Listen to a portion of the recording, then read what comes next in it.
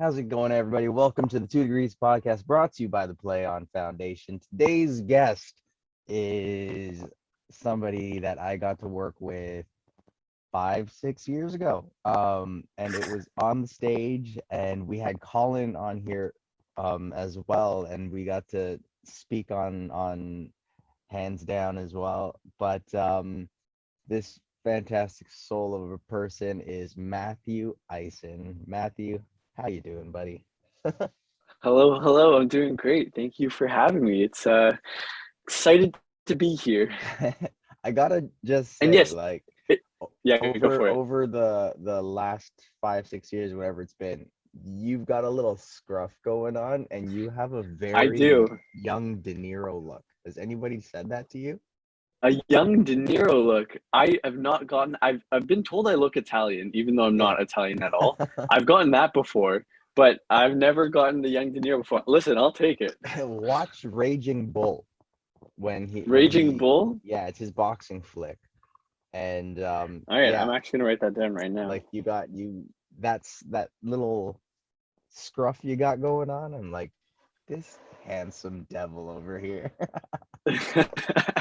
Listen, there's worse people to be compared to. I will for sure. I'll take that any day. So how you been, man? What's let's go back all the way to that play, but before we cover the play, like what's been new since then? Yeah, I mean, wow, I mean, first of all, it's just crazy how long it's actually been. Like, it's wild to look back and see that it's actually been 5, 6, 7 years since we did that. Like Yeah. that's wild in itself. But things have been great. Things have been exciting. Well, I mean, like since from them to then to now, I mean, there's been a lot of changes for sure. I mean, back then, I was still in high school. Was pretty, like focused on school, but also really wanted to, really, I loved acting, still love it, obviously. Hmm. Um, yeah, I mean, like it's been, the, I had a few experiences working as an actor since then. It's been Yeah. great. I moved out to LA for a year right when I finished high school. I took a year off before going to university. Hmm. That was an incredible experience in itself. Um, yeah, I really learned a lot there. Took some great classes there as well. What Auditions did you there take? were there's a great casting director there who has classes there. Her name is Deb Aquila. Hmm. She was the casting director for like Shawshank Redemption. No, I'm That's at the only movie school. I know. What were you studying in Oh, school? yes, school. So I'm in school. So I took a year off, was in LA. I'm now in my third year. I'm at U of T. I'm studying machine intelligence engineering. Wow. Yes. I, Okay. acting is one of my passions, but I Mhm. also really love, learning about, I mean, like it's a lot. It's coding pretty much is what it is. It doesn't sound Yeah. as interesting, but it's really cool. It It's like it actually does it's sound AI. interesting. Like it sounds Yeah, like, because especially one of the movies that stands out to me, especially when I hear that title, is Ex Machina and I, Robot. So it's like that yeah, there's interest in that. yeah. No, it's for sure. It's cool, and also it's cool learning. Like my dream would be to find ways to use what I'm learning in school in the film industry. So like I think it would be really Mm. cool to like apply like machine intelligence concepts like whatever I'm learning in the find ways to use that in the film industry. And I think that there's a lot of ways where it could be done, like the new technology being made for new shows like The Mandalorian, like how they're filming that. It's really incredible. And I think there's a lot of ways where new technology could be brought to the film industry. And that would be, I don't know, that would be a really cool merging of my two passions. Like, what aspects of film do you think your What aspects of film? yeah. Yeah, so so the Mandalorian specifically, that show is being made. I forget what they're calling it, but it's really cool. It's like they use cameras that are have this very complicated software on it that is basically like video game engines where the camera moves in real time, and basically from where the camera is, they change what they don't use a green screen. They use a screen in the background that can actually change like in real time to make it look like they're in a desert or on another Yeah. planet or whatever it might be. So And before, like it with just like that, it's a huge like improvement from the green thing that screens. Yeah. I interpret when I hear how the Mandalorian's being shot is it's being Mhm. shot against like a jumbotron. Is that accurate? Basically, it's Okay. a jumbotron that's basically an entire room. So it's like Yeah. the ceilings are screened, all of the walls are screened, and they could film 360. You don't have to worry about like reflections. If you're using a green screen, you don't have to worry Yeah. about lighting. Like all of that stuff comes naturally. So it's a huge improvement. And And it then saves a how lot does of it play time with filming the stuff. camera and what the mechanics of the camera are? Yeah. So there's like, if you can imagine, I mean, there's this concept called, I mean, maybe you're familiar with it, parallax. Yeah.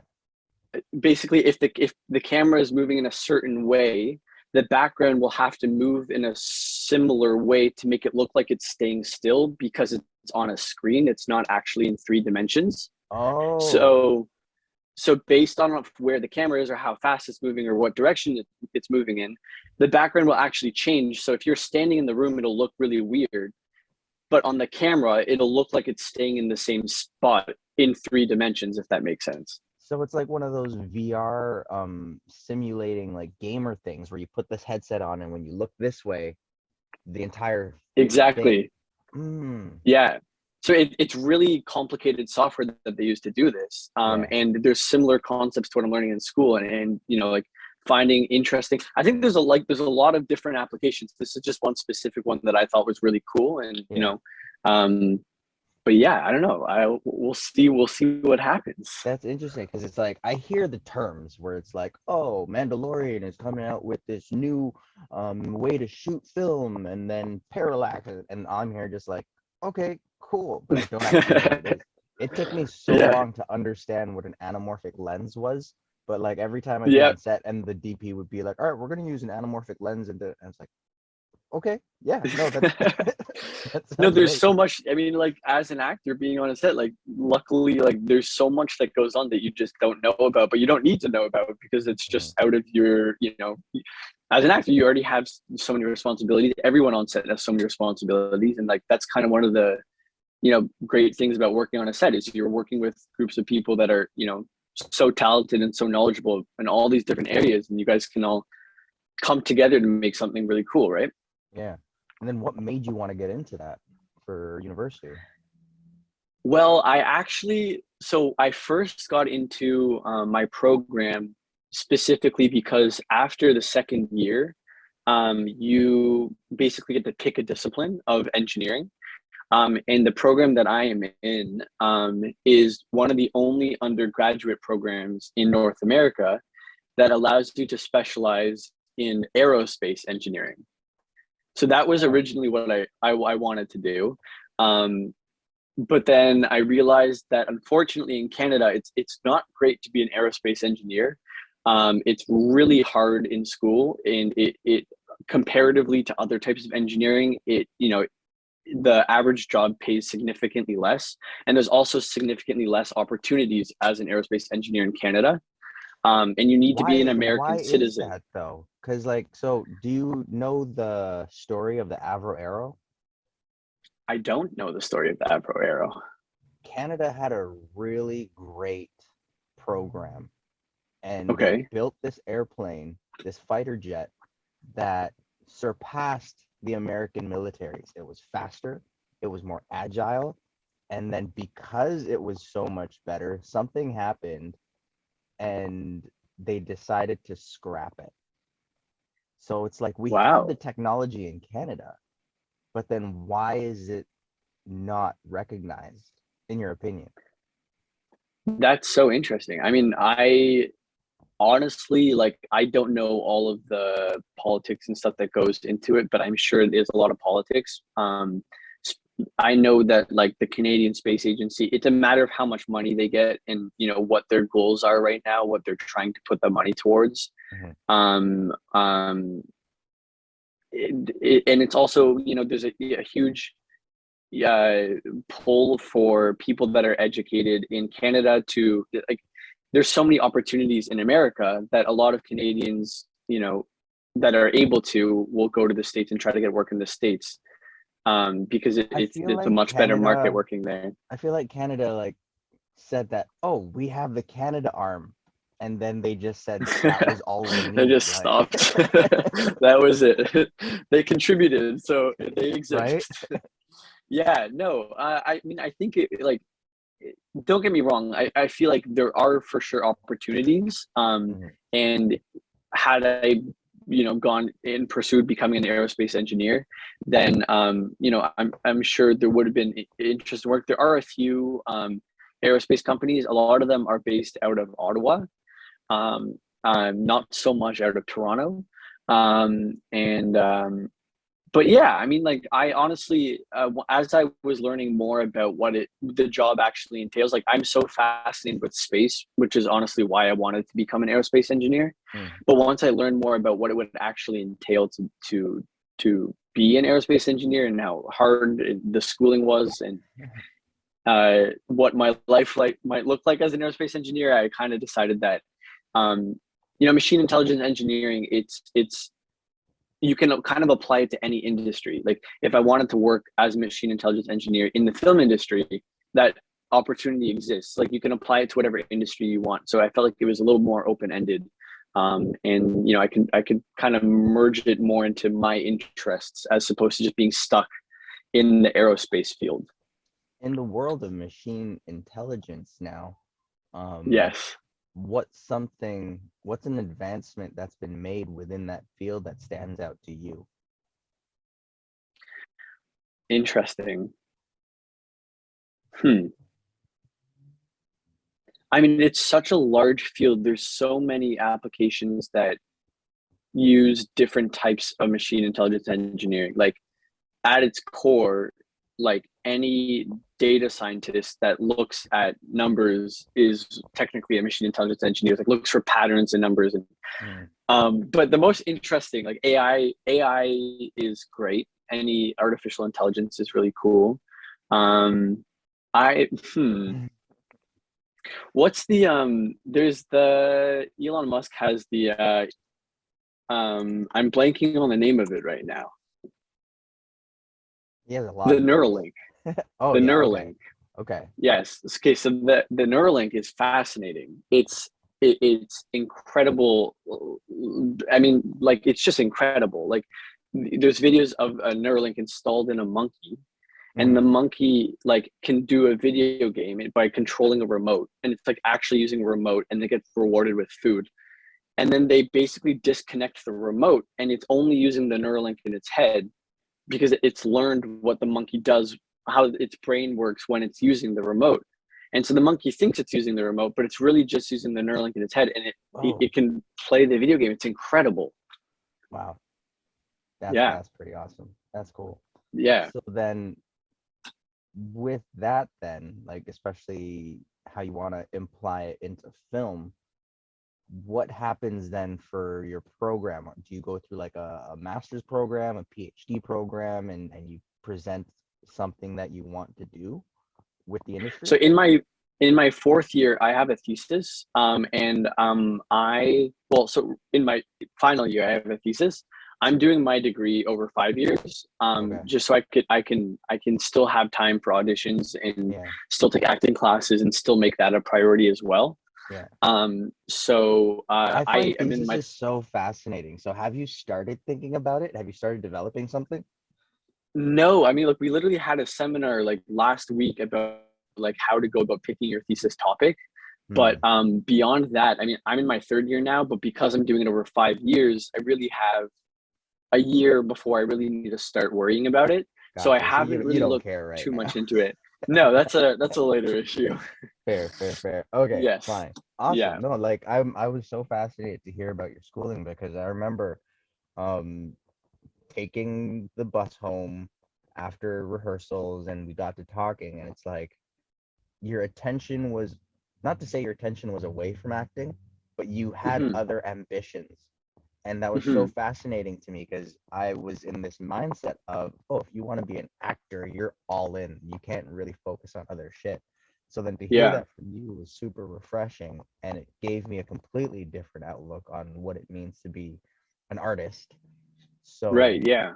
yeah, no, I'm so thrilled to hear that you got into that, and like the the sky's the limit in regards to what your thesis is going to be about, and if you do decide to pursue making some kind of change in the industry and what that would be. So well done. That's fucking awesome, man. Thank you. I appreciate that. Yeah. No, I mean, like, like life is about, pursuing all the different things that you want to pursue and Mhm. making time for what you want to make time for. And, yeah, I mean, like, I really love acting, and I still, am auditioning. I think I had 3 auditions last week. Like, that's very rare. That doesn't happen too often, but like, like still doing it as much as I'm able to. And, I Yeah, still love it. But yeah, no, I just, trying to make time for both. yeah, How have no, you that's been? fair. What have you been up to? So along like the same lines of what you're saying, where to be an artist means to explore everything. I've over the quarantine, the pandemic, I built a tiny home. So we're actually in my tiny home right now. That's And incredible. I've taken it all the way from Vancouver to Florida, and now I'm in California, just hanging out in Santa Monica. So Wow. yeah, with that, just like on similar vein of what you did pursuing school and just experiencing things, that's what this is about, is Yeah. just experiencing a different lifestyle, if you will, and kind of Yeah. grounding myself into, you know, experiences and what life really is, if that makes sense. Yeah, 100%. I mean, like, the more you put yourself in any situation, the more you experience, and then the more you learn about life and who you are, and everything that is good, everything that's bad. That's incredible. That's awesome. Yeah, Where's yeah. been your favorite place to be so far? Um, there's been a lot of like little gems. But I'd say the one that stands out the most, kind of stumbled on it by accident, Hmm. was Cape Canaveral. Um, Okay. and it just so happened that there was an a SpaceX launch that was supposed to happen a week Oh, you before. were telling me, and you saw it, right? Yeah, and then when we got there, like we're at this bar, and then all of a sudden, like just this one random local, like if he was talking about anything else, it would have been obnoxious.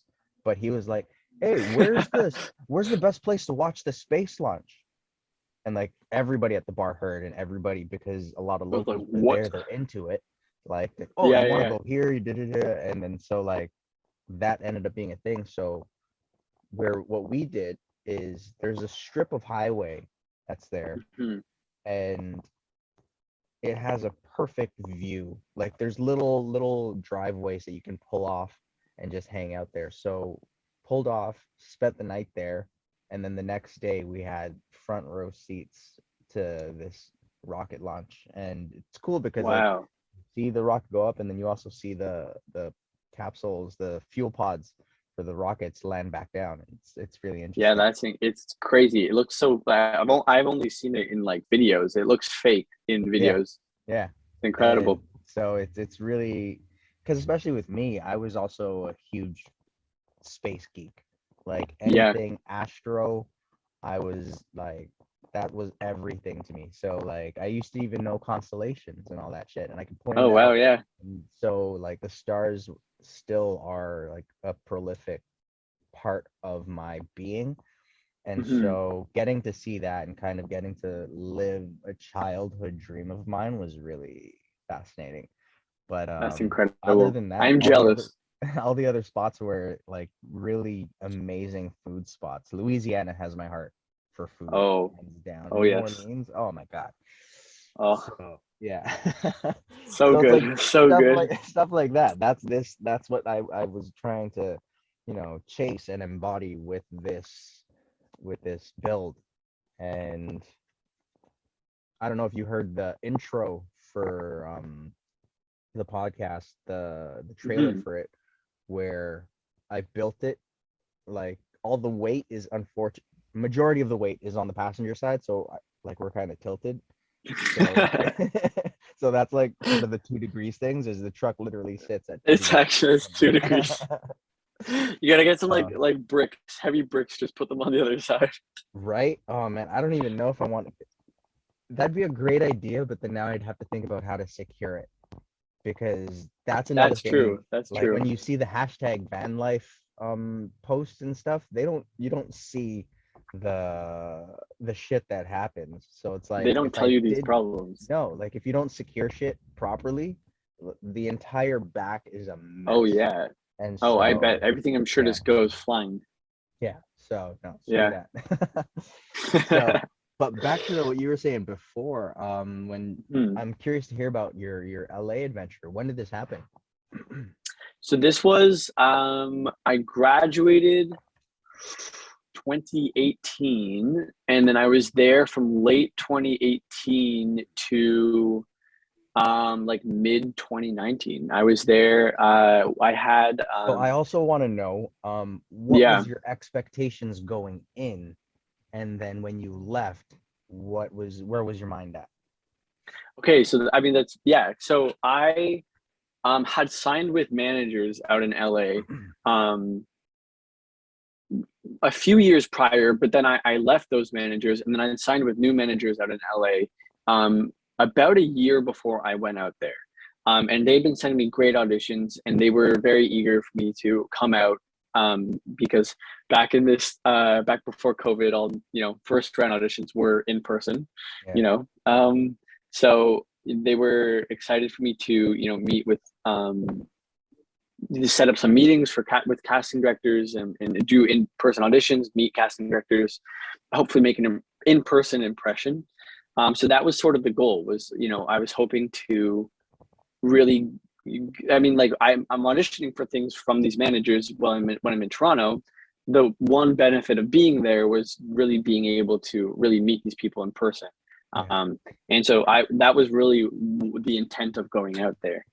Um, I went out there with like 4 or 5 friends from Toronto. We had all graduated high school from around the same time, and that was sort of like the plan that we were all going to go down there and live out there together. And it was like an incredible experience. We had a All great actors time. as well. All actors, a few of them I had worked with before, a few of them I hadn't worked with before, but we had formed a nice friend group. Still friends with all of them today. Were these all And backstage people? no, Mm. 2 of them were on Backstage. And then 3 of them were not on Backstage, but um, we had either worked with them on other projects or the 2 people that were on Backstage had worked with them on other projects. And so Gotcha. we'd formed a nice friend group from the industry. And yeah, I mean, so I mean, when we first got there, I mean, like it was interesting because first of all, living out there is expensive in an apartment. Yeah, it's quite costly. And we were prepared for that, but there would be some obviously with acting, it's unpredictable. There could be a weekend you get many auditions, so there could be a weekend you get no auditions, and so there was a lot of downtime where we were, I guess, questioning if it was worth the money that we were spending.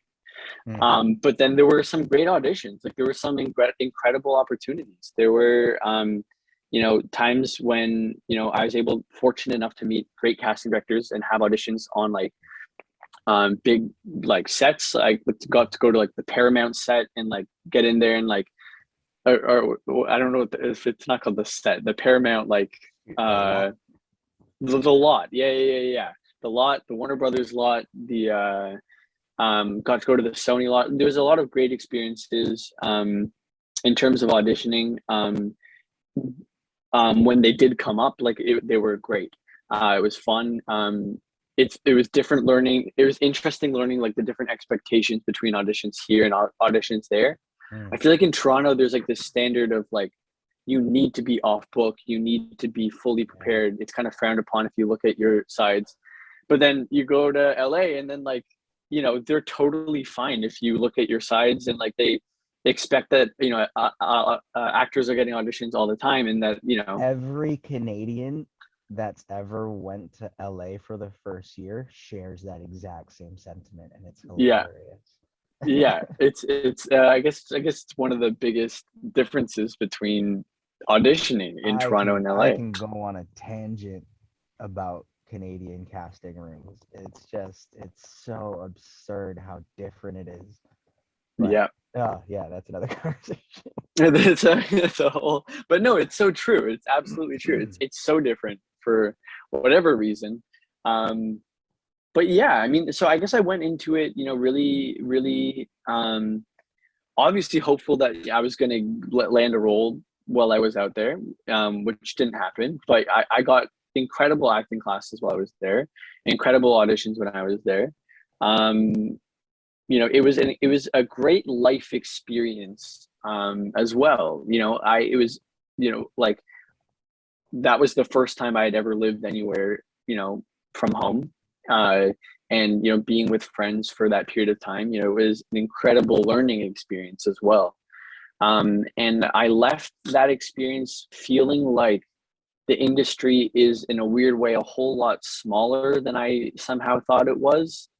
Um, Go into in that. the What do you sense, mean? what do I mean by that? I don't know. How do I guess maybe not smaller, but I felt like maybe, I had a better understanding of the industry. I guess before I went out to LA, maybe it felt like there was a whole, um, it felt like there's something that was very unfamiliar, something that I didn't really know too much about, even though I was really trying to get into it. And then I felt like when I left LA, I had a better understanding for, I guess, how it all worked. Maybe not smaller, but maybe just like I felt like I left with like, okay, like I get how it would be if you know, if I really just try to make a go of doing acting. Um like I guess what one of the things I took away was that, after that year, it really made me, I think, want to go back to school. Really Hmm. is what it was. I really, I love acting with all my heart, and you know, you know, if I land a great role, I will probably do it. You know, I would put school on pause and I would do it, and that's sort of the plan of like me being in school. It's like I want to be in school while I'm still able to make acting happen. Mhm. Um, um, but you know, if something comes up, I still want to make that a priority, obviously. Yeah. I guess my one main takeaway after I was, living out in LA was that I really value, um, being able to work on my own terms. I guess, if that makes sense. Like Yeah. being able to try to find work that is, maybe more consistent, or maybe more, in my own. It's more up to me. Like the thing with acting is it's always out of our control. Mm. Just being an actor, unless you're a writer as well, and you get into that whole, side of the industry. But as an actor, you know, it's really out of our control when we're working. It's always up to other people. And you know, there's been times where you know, you get close to a show and there's 20 people that have to sign off on you to agree to put you into the show. Yeah. And then you know, it's always up to other people when you're working or when you're not working. And you know, I guess I realized that, like, you know, I value the importance of really trying to find, work that I'm passionate about and I care about and I really want to do. But I guess work that I'm able to, it's not always up to so many other people when I'll be working, if that makes sense. Yeah. Yeah. Yeah. But it was an incredible experience. Like I had a great time. I learned a lot, about the industry, about, um, you know, myself. You know, it was a great, experience, and I'm very happy I did it. Mhm. So after that experience, you went back to Canada, and Hmm. then was there? any sense of, I guess, defeat as well? Um, no, there wasn't, because I Mm, didn't go in with any expectation. okay. I went in honestly really excited for the experiences that of really not knowing what would happen. Mhm. Um, but like I went into it, had some great callbacks. Like there were things that went great. Like I went into it with absolutely zero expectations. And Yeah. so for me, whatever did come out of it was kind of just like great in itself. Mhm. Um, I felt like it was more eye-opening than it was like a defeating type thing, if that Okay. makes sense. So school was always a plan Oh yeah. So it was, then. I had already got into my program and then I deferred it by a year to go to LA. But Mm, I pretty much knew when I was in high school, well, I that I was going to be going to university. mm. But I really wanted a period of time to have that experience That sounds like the before. fucking best gap year ever then, where it's like you knew you already got in, and Yeah. now you just wanna have one more bit of exploration and something that you're passionate about.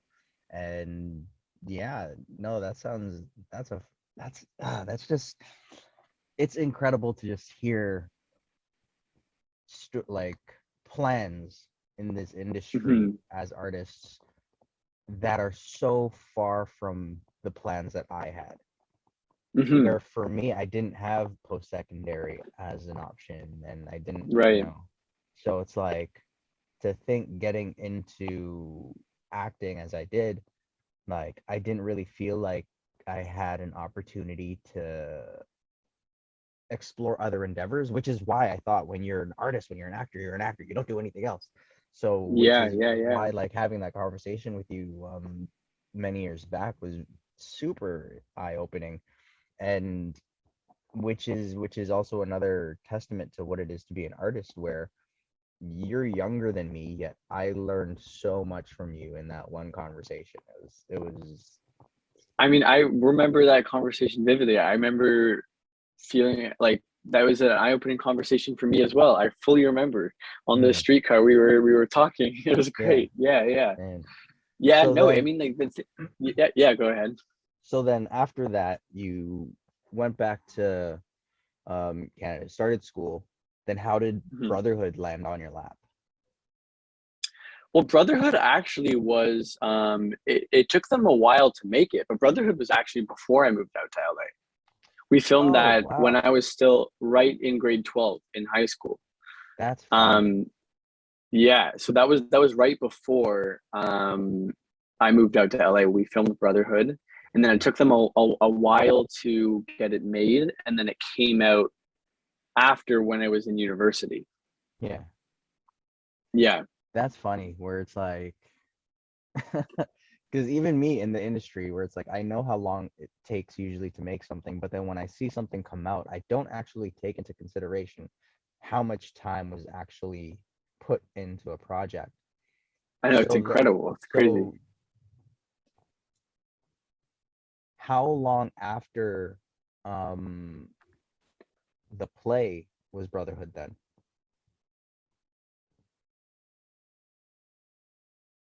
I'm trying to think. I think we did the play when I was in the 11th grade, and then I did, or maybe even the 10th grade, Okay. and then I did Brotherhood when I was in the 12th grade. So it was a year or 2 years between the two. Now with also with Backstage, like that was all done by the time the play started, right? That was all done. We had already filmed Okay. the second season. Well, we did hands down in the summer. Yeah. Yes, it was all done at that point. Yeah, we had already Okay. filmed all of it at that point. Yeah, and Okay. then we did. I don't remember if hands down was at the end of the summer where we filmed Backstage, or if it was the next year. But it was, yeah, it was done at that point. Okay. So now going back to that, because Hmm. it's such a contrast to machine intelligence now, Yeah. where what is or what was your interest in musical theater and the musical arts? Yeah, I mean, music has been a huge part of my family. My grandfather was in the Toronto Symphony Orchestra, Mhm. and he's actually a music teacher now. And he's incredible. Plays the trumpet and the piano and the guitar and all these different instruments. And so I definitely grew up in a musical family. My dad was in a band. He played the trombone. And so music was always something that was always a part of something that it was always a part of our family. Like Yeah. I took piano classes for I think over 10 years, Oh wow. maybe even close to 15 years. Like no, not 15, but like probably around 10 years. And that was a huge part of what I love. Like I can't sing at all, but I it's mainly just piano. I That's Yeah. the only really music stuff I do. But then when I auditioned for Backstage, they had asked me to play a song on piano, and so I played. I think it was the Circle of Life. I played on piano, and yeah, that's what ended up. That was, I guess, one of the things that led to me getting the role in that show. Yeah. But that show was incredible because um, all the talent was real. Like all the dancers were like some of the best dancers in Canada, and like the singers were incredible singers, who have gone on to like actually have successful songs and music in the real world. Like Yeah. it's incredible seeing where they've all gone with their acting careers, but also with all these artistic endeavors other than acting. Um, but yeah, no, I mean, music has always been a huge thing. I love music. So then where was Music is your great. where was your head at in between takes? Because I was talking with Colin was like how in between takes is when he'd like work on his music. So he'd like Yeah. write rhymes and stuff. What would you be doing in between takes? I mean, so I mean, like I filming Backstage was a really incredible experience in this. It was kind of like summer camp. Hmm. Like there was like 15 kids. We're all about the same age, and we were just having the best time. Like it was like between takes, I just remember like laughing my ass off. Like we would just have the best time. Like we were just like just joking, like doing whatever. Like I mean, so the thing about like the way that Backstage was filmed was that all the singers, of course, they had to learn all the songs and sing, and they recorded them live singing. All the dances, of course, they had to learn all these dances and then do the dances live. My character did play piano on the show, but oftentimes it would be playing piano with people singing. So they couldn't record the piano and the singing at the same time. So they would just like make me do whatever, but not actually play the piano, make it look like I'm playing the piano, and then have the singers sing.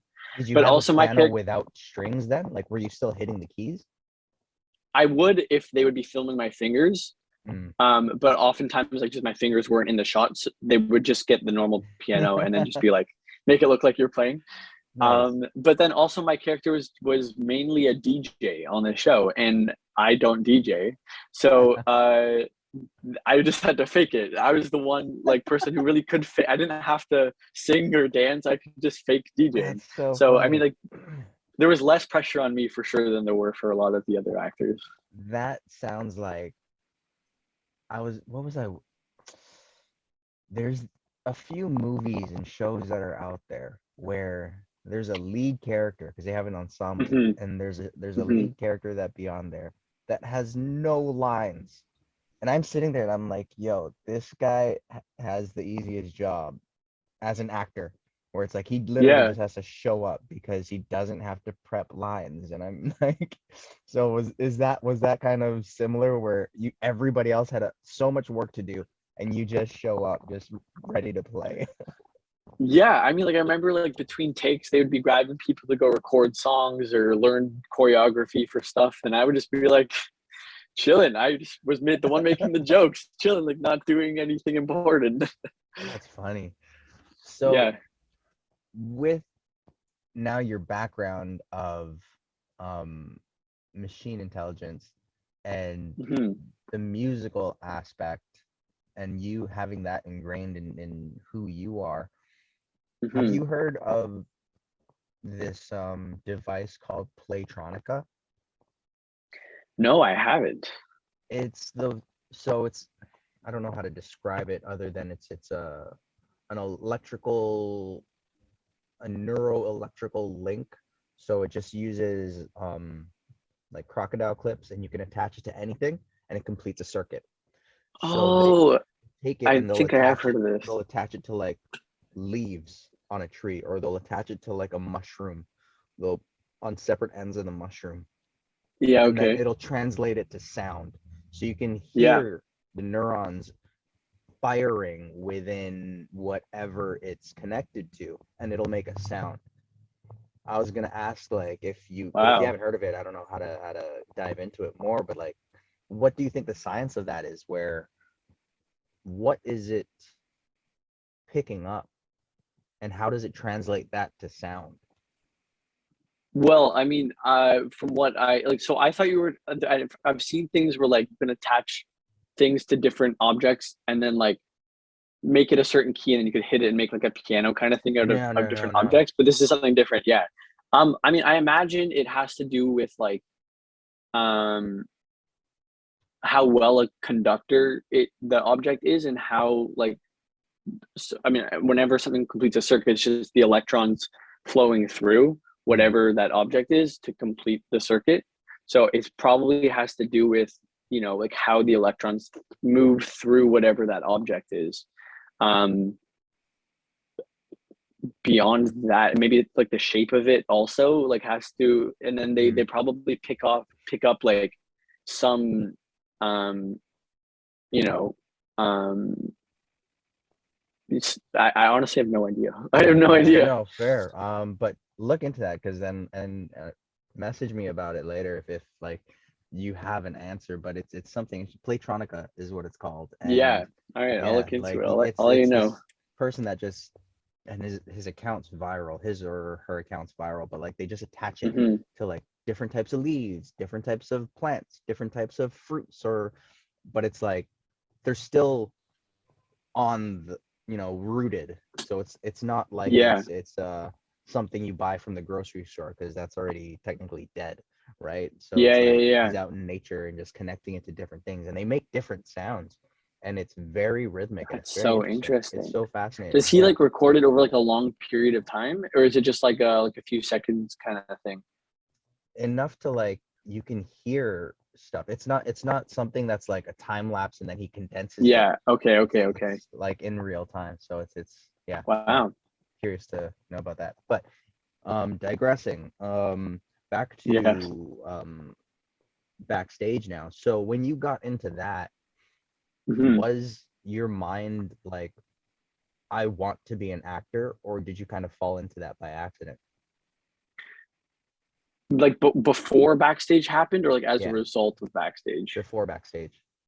So I mean, like I did want to be an actor, I for sure did. But it did just kind of happen. I mean, like I had started taking classes at Armstrong Acting Studios in Toronto.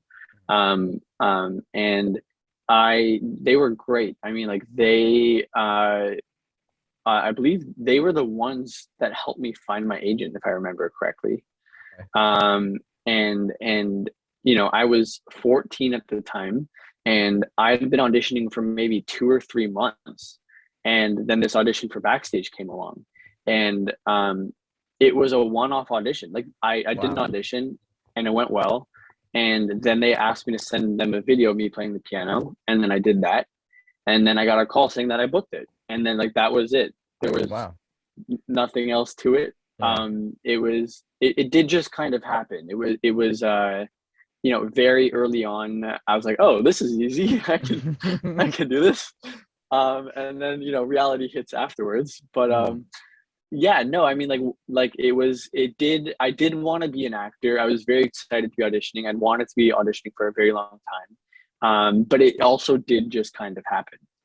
Where did that bug come from, that I want to be an actor bug? I don't know. I think I Mm. just love attention. I mean, I don't know. I always have liked it. Like in school plays, I That's was such an Aladdin in a honest school play. answer. I love it. No, I mean, like I don't know. Hmm. No, I do like I do Yeah. enjoy acting. Like whenever we had school plays, like I always wanted to get the lead role. Like I really liked it.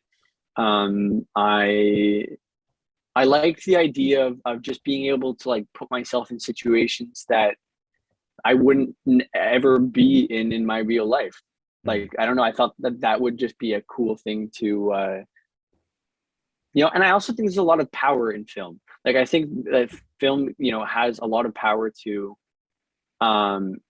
do really good things. And like it's the one time in people's lives where like you can really connect people on like an emotional level to things that they probably wouldn't care about otherwise, because you can yeah. connect them with like individual people and stories of things that they would have never heard of or cared about had it not been through like just good storytelling. And I think Yeah. there's a really incredible power in that.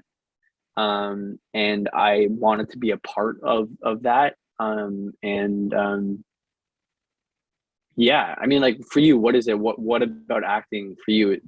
Like, Well, back in the day, like my honest answer was the money.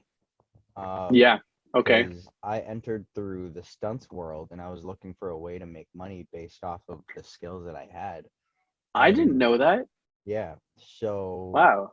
I used Okay. to I used to compete Muay Thai professionally, Okay. and then an opportunity came. A friend referred me to a director because they were like, they need boxers in this scene. And Hmm. so I was like, yeah, sure. And I was at a point in my life where I needed to grow up, if that makes sense. Hmm. It's like, okay, Okay. cool. I don't want to fight my entire life. I don't want to, you know, injure my body to a degree where I can't do anything. So let me see what else I can do to make income. Hmm. And options were limited because again, their post secondary wasn't really a thing for me. And then it was just all fighting. Hmm. So through there, like I got my first paycheck as a doing a week's worth of stunts. And Okay. I looked at it and I was like, yeah, this is it. I'm getting into this industry. And then yeah, through that it translated from doing stunts into principal acting, which was Yeah. another completely different world. So, Yeah. but that was why I started, was because of the money. Right. And then it evolved into, wanting to tell stories, and then it evolved into, just wanting to move people, and then, which in my opinion, like, sure, it makes sense, but at the same time, there's there's too much, not ambition in that statement, Hmm. but it's I've come to a realization where it's like I don't want to do it for other people. Hmm. I just want to do it as best as I can, Yeah. because there is some kind of catharsis to playing something that's not you, but it's still a Yeah. part of you. Yeah. Yeah. So with that and encompassing that, like that's where I'm at now, where it's just like I just want to tell stories, and try my best to encapsulate something that's the furthest thing from me. Fair. Yeah. Yeah, that's Yeah. where No, I'm at. that's incredible. Now, you share the sentiment on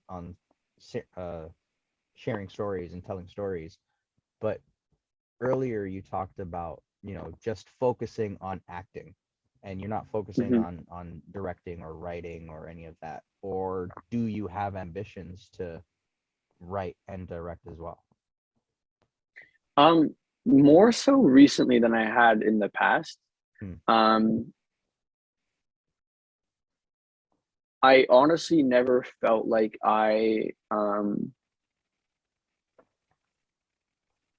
mean directing I I like the idea of it. I really do. I like the idea of being able, like, I mean, like my whole thing is that, like with me saying that, like I like acting because I like the storytelling aspect of it, and I like being able to be a part of that.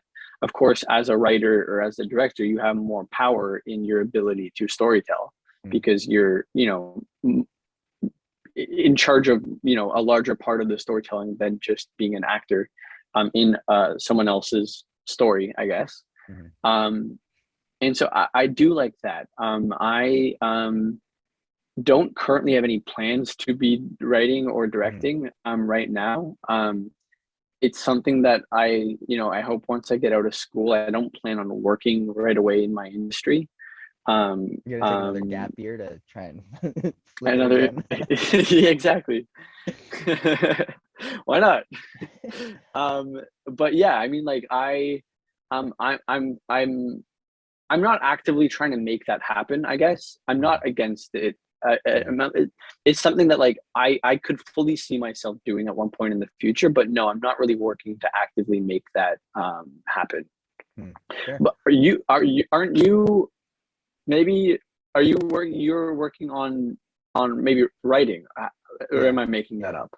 No, yeah, Yeah, you are right. so I have like I love reading. So I've Yeah. always had this ambition to write a book.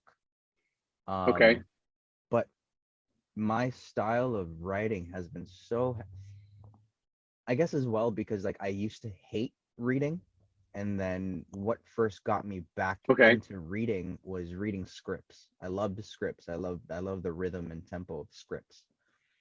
And so Okay. I started reading a whole bunch of scripts, and Hmm. then that kind of brought me back into books, where I found books Hmm. that kind of had a similar rhythm to scripts that I like reading. And Hmm. Okay. so I always wanted to write. But then I learned that the way that I write is very script like. Okay. So I find it very hard to encapsulate details the way novelists do, Okay. because I don't know, that's just me. Like when I'm reading a script, I don't want that much stage direction and detail. I Fair. want to Okay. let my imagination play. I want to read the lines and understand the circumstances and then make my own decisions. And I feel like Yeah. when script writers write in too much detail, I'm like, okay, you're taking away the artistry of the actor now. It can Where be a it's little restrictive for sure. right. So now in my endeavors to write a novel, it just starts to look like a really long feature because of the way that it's structured. So, Yeah. and all in all, it's not that bad, but like it's just now kind of figuring out what to do with that. So right I now, mean, maybe you're writing a TV show. yeah, no, I have like TV shows like written, full seasons written and stuff like that. But then it's like Oh, I'm just damn. kind of sitting on it until I have an opportunity to present it to somebody who actually can make something of it. Yeah. Because I've done table reads with my friends and stuff, and like they see potential in it as well, and they also give me criticism and tell me there's like, okay, cool, you got to take this part out, you got to do this, this is too wordy, you don't need this. So it's like it's not Yeah. all just, oh yeah, this is great, not all yes men. Like I can't live my life Yeah. with just yes men. You don't need, yeah, yes, man. I mean, I would love to read it if you're open to it. Like, I would love Yeah, to, that would no, for be very sure. interesting. Um, one thing though that like in terms of my writing that I'm super stoked about is a kids book that I'm working on. Okay. So yeah, that's look out for that. You'll hear about that for sure. All Where right. That's yeah. awesome. But other than that, like I don't know. I want to fall in line with as many avenues of being able to tell stories as possible. Hmm. Because as an actor, I feel like I can tell stories through the Hmm. characters, but then it's like you open a whole new door to storytelling when you tell it from a director perspective, when you tell it from a writer perspective. So, and then eventually I want to get to the point where I can tell it from like an executive producer, Yeah. slash showrunner perspective, where I just want to Yeah. find myself in positions where I can just create content, because like my ideas are just my ideas, and there's so many other people out there who have so much more fascinating ideas that I think need to come to the forefront, but they just don't know how to tell it. So that's Yeah, for my sure. that's my ambition, that's my goal with this industry, is to find talent and just expand on that.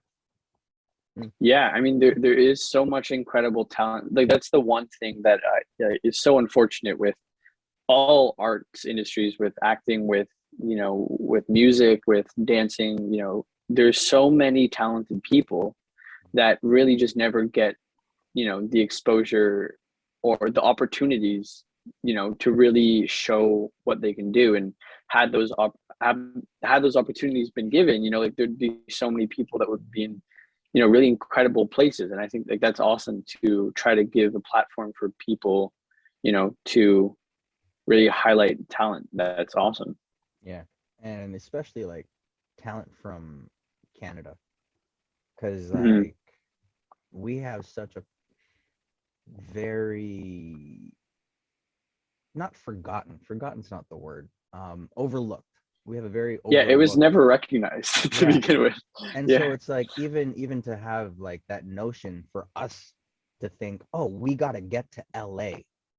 It's like we shouldn't have to have that mentality. We should be able to absolutely make it right. because all the fucking productions come to Canada, right? So it's Yeah, like we have the potential here and we just need to kind of make that known. And then for that sure. whole that tangent will just lead back into like the, the Canadian casting room and what's wrong with that. But Yeah. because like even for that, where when you were in Toronto, how many auditions were you going for that were in Vancouver? Um, a good amount of them. I mean, a lot of it would. What I would recall is like a lot of them would be like either just Toronto casting, or it would be like the biggest Canadian like casting across North America, like across Canada. So it was like Toronto, Calgary, like But like Montreal, Vancouver. how many superhero shows did you read for? Honestly, maybe it's just because my age, like being younger, like honestly, not that many because But that's the I don't thing. know. Like that's Yeah. the Canadian thing is like Toronto is Toronto. If you were in Hmm. Vancouver, I guarantee you at your age, because especially the ones that they're looking for are they're making stories for the younger audience that makes sense. Where it's like Yeah. this superhero is in a teenage era, so we're gonna get teenagers to play this stuff. Where you have like back in the day, you'd have like the show Smallville. I think he was in his 30s when he was filming, supposed to be in high Oh yeah, school, yeah, yeah, right? So it's like stuff like yeah, that where Vancouver has so many shows that Toronto artists miss out on. yeah. And I It's think it, true. it just it boils back down to our union and whatever lucrative deal that they have with our government, where it's like, okay, cool, no, I get that it's a Canadian production, but it's filming in Ontario, so it's gonna be Ontario people only.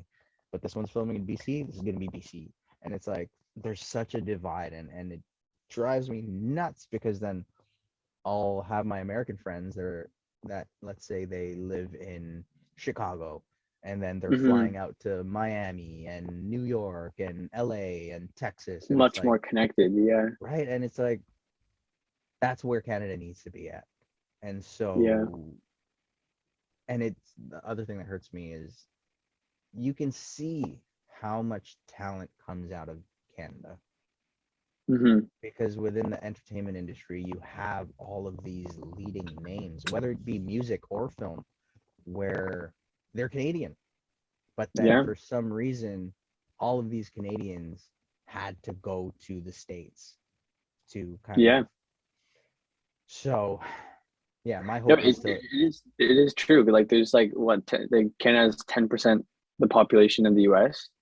yeah, and like there's so California many. alone, California has more people than the entire Canada, and Yeah, it's and there's so many famous people that come out of Canada. Like Canada for sure has the talent to make great things. It's the platform of like making those situations happen. And it's again, it's the same thing as like the aerospace industry. Like what I was saying before, it's like even though there are talented people in Canada, there's a huge pull for these people to come to the States because we're so connected to the States, and like everyone feels like the States is where you got to go if you want to like really do something. yeah, And so, that mentality for sure should be different. And hopefully that does change soon. yeah, no, I agree. That'd be nice. But yeah, no, back to you, um Hmm. like in regards to your trip to LA now. Like I want to get Hmm. real. Let's get real. Okay. Where what do you think you are going to do better, or what experience did you garner from that trip where the next time you go to LA it'll yield better results? Or what went through your head, Um, I should say, where it's like, because as artists we're yeah, the most self-critical, right? So it's yeah, like yeah, yeah. when you have a year where nothing happens, I'm pretty sure something goes on in your mind where it's like, okay, I can do this better. Yeah, no, I think a lot of it had to do with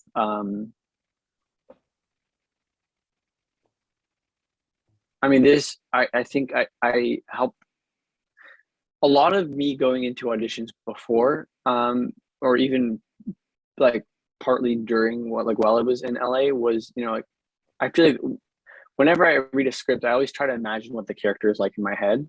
Mhm. And, you know, oftentimes beforehand, I would really try to play into whatever I imagine this character to be, and really try to, you know, um, I guess try to do what they're looking for in a sense. It's like when I go into an audition, really try to just like do whatever I think they're looking for. Mhm. Um, and then after the experience of being in LA,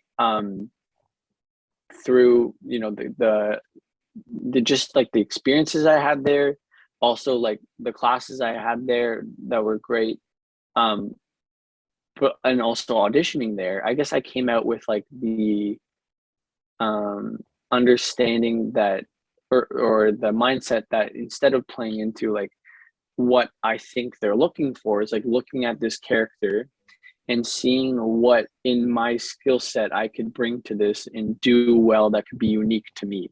And like I know I can only play things in a certain range. Like, you know, like you know, like everyone has a good skill set that they can work within that, you know, it's realistic that you're going to play certain types of roles and other types of roles. Like they're probably just going to go for someone that looks different or, you know, has a different personality or whatever it might be.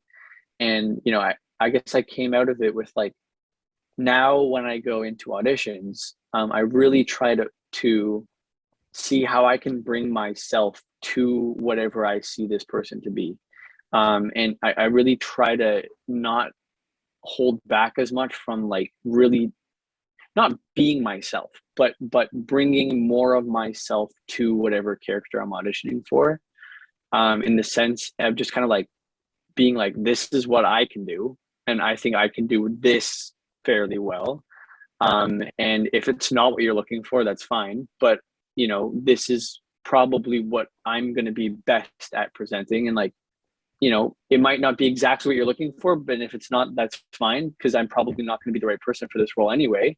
But you know, if you're looking for someone that is like me, you know that I can play well, then hopefully I'll lean more into that, and then you know I might actually be a good fit for that role.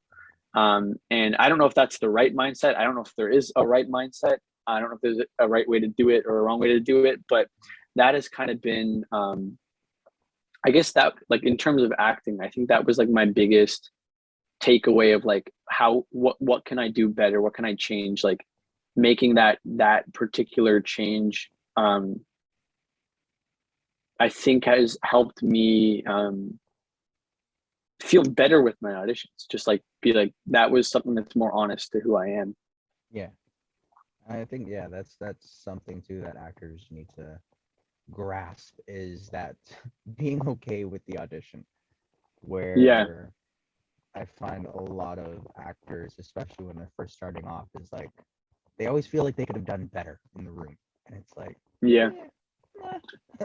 you're only gonna But go in and you also never have any idea how it goes. Like it's always such a blur, especially if it's in person. I mean, for me personally, I'll Mhm. always go in and like come out and be like, I have no idea how that went. Yeah, no, I echo that because like I'm in the moment, right? So it's Mhm. like I can't be as analytical as I'd like to be because I couldn't watch playback. I couldn't ask for, Yeah, things. So it's like when I walk out, there's still that air of what did I just do? But I'm confident yeah. that it was good. And so I Yeah, find it yeah. so funny when I'm speaking with other actors and they're like, I nailed that audition. I was like, what do you mean you nailed it? At what point in the audition did you think you nailed it? Because it's like, I don't know. It's just it's so it's just a foreign thing to me to just be able to say you nailed it, because it's like that must have meant you were aware of yourself within the audition to Yeah. say that you nailed it. And what does nailing it mean? Does this mean you got the part, Yeah. or does this mean you just gave a good character? What does nailing it mean? So Yeah. it's And like, then also sometimes if you have that, mindset when you come out of an audition, it can be harder to, just let it be. Whatever happens. mhm, Sometimes you do an audition, you really do just have to do it and just kind of let it go. There could be a project that you really want or something that you think you nail, and then a part of you hopes to hear back, and then it can be more of a letdown, if you don't. yeah. Um, what was your acting journey like to get to a point of letting it go? Because that's a word that's or a phrase that's tossed around in the Yeah. in teaching acting and giving Hmm. advice in acting, is letting it go. So how did you come to that ability to let it go? I mean, honestly, like I still think I'm trying to get there. Mm. Honestly, like there's sometimes I'll do an audition and I really, really, I think now I I mean, almost am. I'm gonna Yeah. say you're there. Like you're trying to figure out a method, but because you're aware that you need to let it Yeah. go, I think Yeah. you're in the right realm. But to get to that mindset alone, I feel is a feat, right? Yeah. Because No, like, for sure. yeah, For so it's like sure. where did that come from? What experiences did you go through, or advice, or who did you hear told you to let it go? Yeah. So I mean, like this was a very interesting few months, but right as I was about to start school, um, these experiences probably led to this. There was within like a month or two, I did an audition in person in Toronto for an American film, and they were casting out of LA and Toronto. And it was a film about space, and it was a really me liking space. I really wanted to get it, and my agent told me that they'd sent my audition to the producers, and that I was one of the few people left. And literally, like a few weeks before I was about to start university, my agent was like, "They want to fly you to LA to do a chemistry read with another actor." And she was a fairly big actor. I'd been in a few big TV shows, and it was an incredible experience. Like I had never been flown out to LA for a chemistry read before. Like that was the Yeah. first time that had happened, and it was just cool to be back in LA, but it also is just a really exciting experience. Um, and so of course, getting that close to something, it was down to me and one other kid my age. Mhm. And so I of course really wanted that. But then right when I got back from LA, I found out that I was getting close for another TV show as well. Mm. Um, and it was an American show, and it was a smaller role. It was like a recurring role on this show, but it was being hyped up as like, I don't even think it got picked up, but at the time it Mm. was being hyped up as like, I don't know, like they were trying to market it as like this could be like the next Riverdale. Like it wasn't at all. It didn't end up being that at all. Um, but um, um, but yeah, so that was really exciting as well. And so both those things were going, and I was like, okay, one of these are going to work out. One of these are Mm. going to work out, and then they both didn't work out. The movie, the other guy got the role, and then the TV show. I met with the directors, and they're like, yeah, we really want you. Like, I did a Zoom call with them. It was great, and then my agent called like 2 weeks later, being like, there was one person at the network that didn't like you, didn't want to Mm. sign off on you, and so Yeah. they ended up going a different way. And so after that, I was like, damn, I really have to like, you know, be able to take in these experiences. And like, of course it gets harder when you get that close for something, and then you don't get it, Mhm. of course, because you're thinking in your head like, there's a greater chance that I'm going to get it now. But like, after both those experiences happening back to back, I was like, I really just got to like take in every opportunity for what it is and just be like thankful for whatever opportunity comes. And, whatever happens is, out of my control. I think something that I've been, trying to tell myself is like, you can only control what you can control, really. And it's like, whatever is out of your control is out of your control. And, worrying about it or, spending too much time thinking about it, this applies to more than just acting. It's just like, whatever's out of your control is out of your control. And, worrying about it isn't going to get you anywhere. Just gotta do what you can. That's all you can do. Yeah. No, that's fair. I get that. Yeah. Now, just to close off and to kind of get full circle with your studies. So in regards to control, what is out of your control in the world of machine intelligence?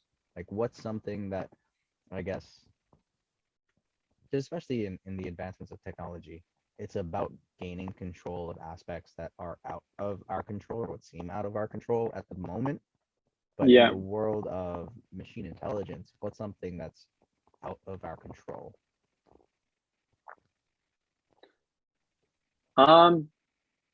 In terms of like, I mean, in terms of like what it means, like me personally being a machine intelligence engineer, or like in the industry of like what is something that is out of control in the industry. I mean, like, there's so much like, AI is literally called artificial intelligence. Like the whole idea of it is trying to artificially create something that actually is intelligent. We don't even fully understand the brain. Like we don't even understand what makes us intelligent. Like it's such a complex thing. Like I think we can try our best to make, machines that are, somewhat aware of their environment, and using that awareness, they can make decisions. But in terms of like actually having something that is actually artificially aware or intelligent, like that, is such a complex thing that is, I think that's like making something that actually is artificially intelligent, I think is definitely out of reach for now. What's the test? What's the litmus test of we have artificial intelligence? There is some test. There is something like there's some test where like you can like ask a robot or something like it, like there's something, I know it actually does exist to figure out if it actually is intelligent. But like, it's the being able to solve complex problems or answer complex questions that, require huge amounts of understanding that, isn't just a straightforward thing to understand. Like emotion factors into decisions we make, experiences factor into decisions we make. There's so much that goes into what, we consider being intelligent, like involves. And, to factor in all those things into a robot or a machine, that can, even do things half as well. Like it's still extremely, extremely complex. And, we don't even understand how it works with humans fully. So it's like, how would we, make that happen with machine intelligence? But also just like even self-driving cars. Like we say that we're close to getting to a point where we can have like fully automated self-driving cars. Like that is still probably many years away. Actually, did you? But like, so you have the self-driving car, but then behind it was like a car with somebody in it to make sure that the self-driving car didn't fuck up. Like, I think it was like a Google thing or whatever, because it had like the camera, or maybe, I don't know, but like there was nobody. Oh yeah, because they're doing them out in, I think they're called Waygo, right? Or Waymo. The Google self-driving cars, they have like a whole fleet now.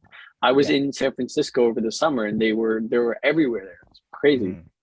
So it's like, but like, again, I guess it's still in its trial phases, and that's why they had to have a follow car, because just in case, But then with that, sure, it's self-driving, but it's supervised. It's not like it's just. But then, and then next to that, at the traffic light, was this little robot. I think it was delivering food. It was like, and that was, it's just so surreal to just see that Living in the happening. future. A self-driving car in front of me, and somebody's getting food delivered, but there's no delivery person. It's just, I don't know. It's interesting and fascinating to me where we are. But Yeah, no, for sure. machine intelligence is just something that's just so fascinating because like, so is it then emotion that's what separates us from robots, or is there something deeper than just emotions? No, I think it is it for sure deeper than emotions. I mean, like, I mean, so like if I if you get a robot to answer like do a simple task like I don't know, hold up a piece of paper and be like, is this paper white or is it red? You know, the computer could see what color it is and it can answer that question. It's a fairly simple task. But you can ask, you know, computers more complex tasks. Like you can hold up a photo of a face or not a face, and then you can be like, is this a photo of a face?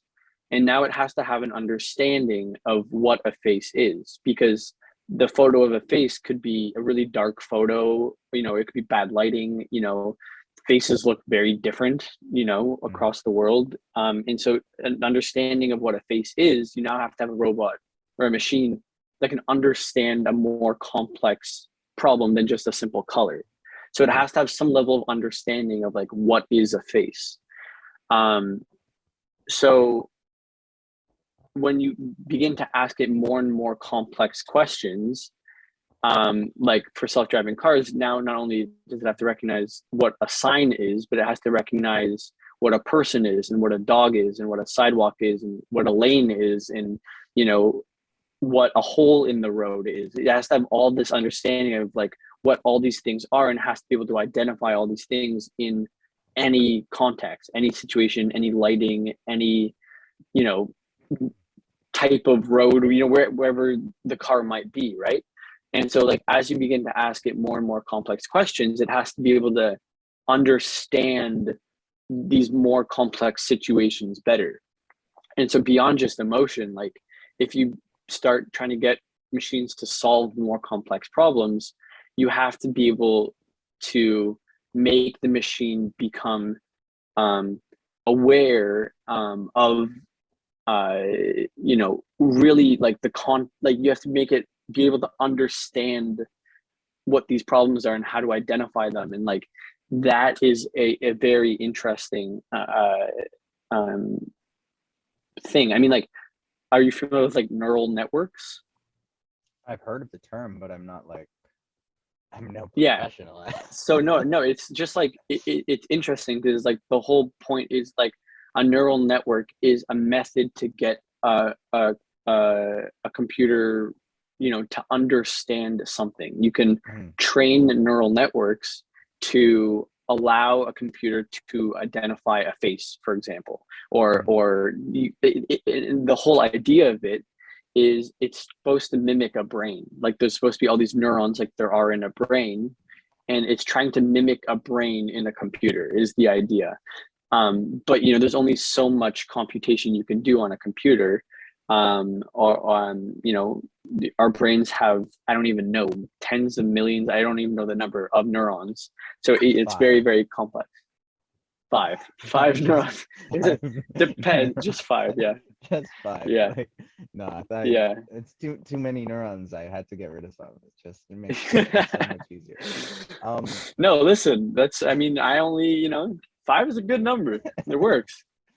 Now you brought up an Um, interesting thing, but and yeah. I'm curious to hear your thoughts on it. But like, so facial recognition and for software to identify people, I don't know if you've seen it, but I'm curious to hear your take on those viral videos of Tesla cars going through cemeteries and identifying Okay. people, but there's nobody there.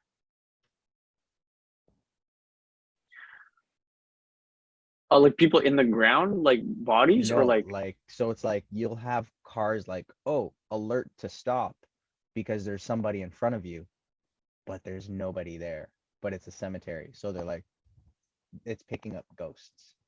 So I mean that's strange. I mean, like the way that Tesla cars recognize what's around them is through LiDAR, Yeah.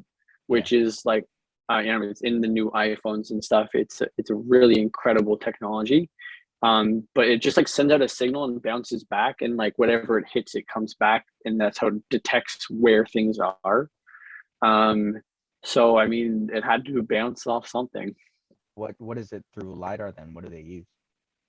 LiDAR, I mean, it's an acronym for what it is. LiDAR is, well, it stands for light detection and ranging. So it maybe uses light. I honestly don't. Hmm. Consists of a laser, a scanner, and a specialized GPS receiver. So it might be just like a laser, similar to like a Interesting. radar. Okay.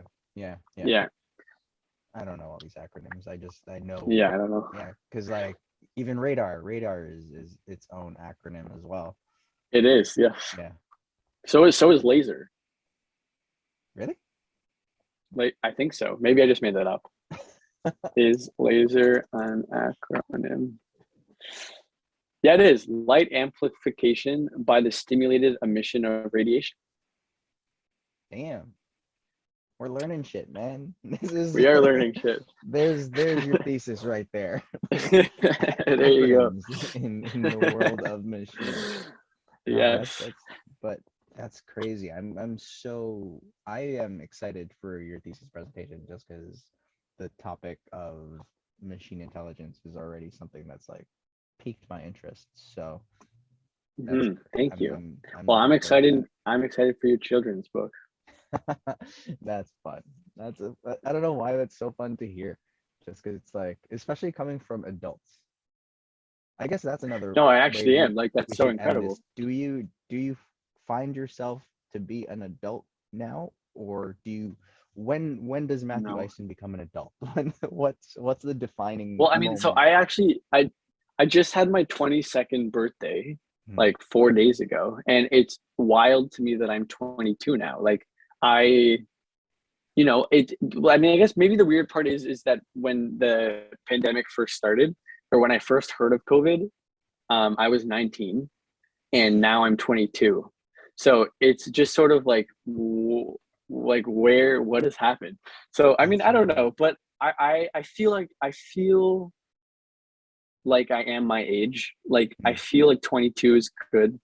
I don't want to be older right now. I don't want to be younger. I feel like 22 is good. But also I Yeah, still feel like I'm a child, you fair. know. Yeah. What? Because like it's just always a fun conversation to have with friends now, where it's like, what makes an adult? What what Yeah. defines that moment of I'm no longer in society's eyes a child? hmm What do you think is that for you? I don't know. Honestly, it's like I think as you go through life, like you get more responsibility. Yeah. You need to, like not everything is taken care of for you. You don't have, you have to, more responsibilities put on yourself of, Mhm. like what happens with your life. And I think as you get older, that responsibility becomes more real. And that responsibility becomes greater. But honestly, like I don't know. I haven't reached that point yet, really. So I'll let you know when I find out. No, that's fair. That's fair. But Yeah. Matthew, thank you so much for coming on the show, man, and sharing your insight on the industry and all you got going on. And I'm so excited for everything that's coming your way, especially with school. That's so dope. Thank you. No, I appreciate you having me. I'm excited for all the things you're up to as well. And yeah, all the best. Thank you, man. Thank you. So everybody watching, thank you so much for joining. Matthew Isen, check him out and all that he's doing. And fingers crossed for an amazing thesis for this guy and in the world of machine intelligence. But again, the 2 Degrees podcast brought to you by the Play On Foundation. Hope y'all enjoy the show. Maging kayo. Bye bye.